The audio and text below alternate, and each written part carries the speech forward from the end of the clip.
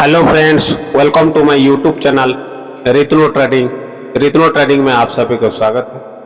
दोस्तों, आज डे 4 है, तो आज मैं एक नए स्टोरी में आप लोगों को मेरा टोटल वीडियो दिखाऊंगा। तो चलिए वीडियो पे कंटिन्यू रहे। आज मैं आप लोगों को जो सुनाऊंगा वो कर्ण के बारे में सुनाऊंगा।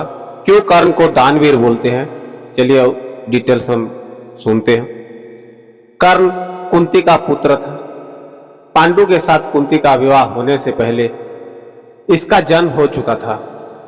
लोक लज्जा के कारण उसने यह भेद किसी को नहीं बताया और चुपचाप एक पिटारी में रखकर उस शिशु को अश्व नाम की नदी में फेंक दिया था। इसके जन्म की कथा बड़ी विचित्र है। राजा कुंती भोज ने कुंती को पाल पोस कर बड़ा किया था। राजा के यहाँ एक बार महर्षि दुर्वासा आए। कुंती से उनका बड़ा सत्कार किया और जब तक वह ठहरे उन्हीं की सेवा शुश्रूषा में रही। इसकी इस श्रद्धा और भक्ति से प्रसन्न होकर महर्षि ने उसे वार दिया कि वह जिस देवता को मंत्र पढ़कर बुलाएगी वही आ जाएगा और उसको संतान भी प्रदान करेगा। कुंती ने नादानी के कारण महर्षि के वरदान की परीक्षा लेने के लिए सूर्य नारायण का आवाहन किया। उसी क्षण सूर्यदेव वहां आ गए। उन्हीं के सहवास के कारण कुंती के गर्भ से कर्ण का जन्म हुआ। जब पिटारी रखकर इस शिशु को उसने फेंक दिया तो वह पिटारी बहुत हुई आगे पहुंची। वहां अधिरथ ने कौतूहलवश उसे उठा लिया और खोलकर देखा तो उसमें एक जीवित शिशु था, जिसे देखकर वह आश्चर्य होने लगे। अधिरथ उस शिशु की निरीह अवस्था पर करुणा करके उसे अपने घर ले आया और उसका पालन पोषण करने लगा। उसने उसी अपनी संतान समझा। बालक के शरीर पर कवच कुंडल देखकर उसको और भी अधिक आश्चर्य हुआ और तभी उसे लगा कि वह बालक कोई होनहार राजकुमार है। उसने उसका नाम वसुसेन रखा। वसु का अर्थ है धन। कवच कुंडली रूपी धन उसके पास था।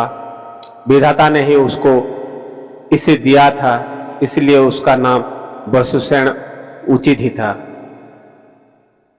वसुसेन जब कुछ बड़ा हुआ तो उसने शास्त्रों का अध्ययन करना आरंभ कर दिया। वह सूर्य का उपासक था।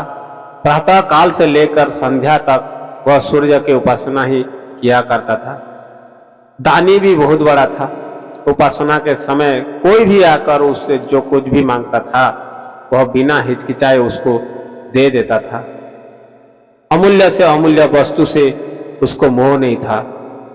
उसका गौरव तो दानवीर कहलाने में था और अपने कृत्यों से उसने वास्तव में यह सिद्ध भी कर दिया था कि वह दानवीर था।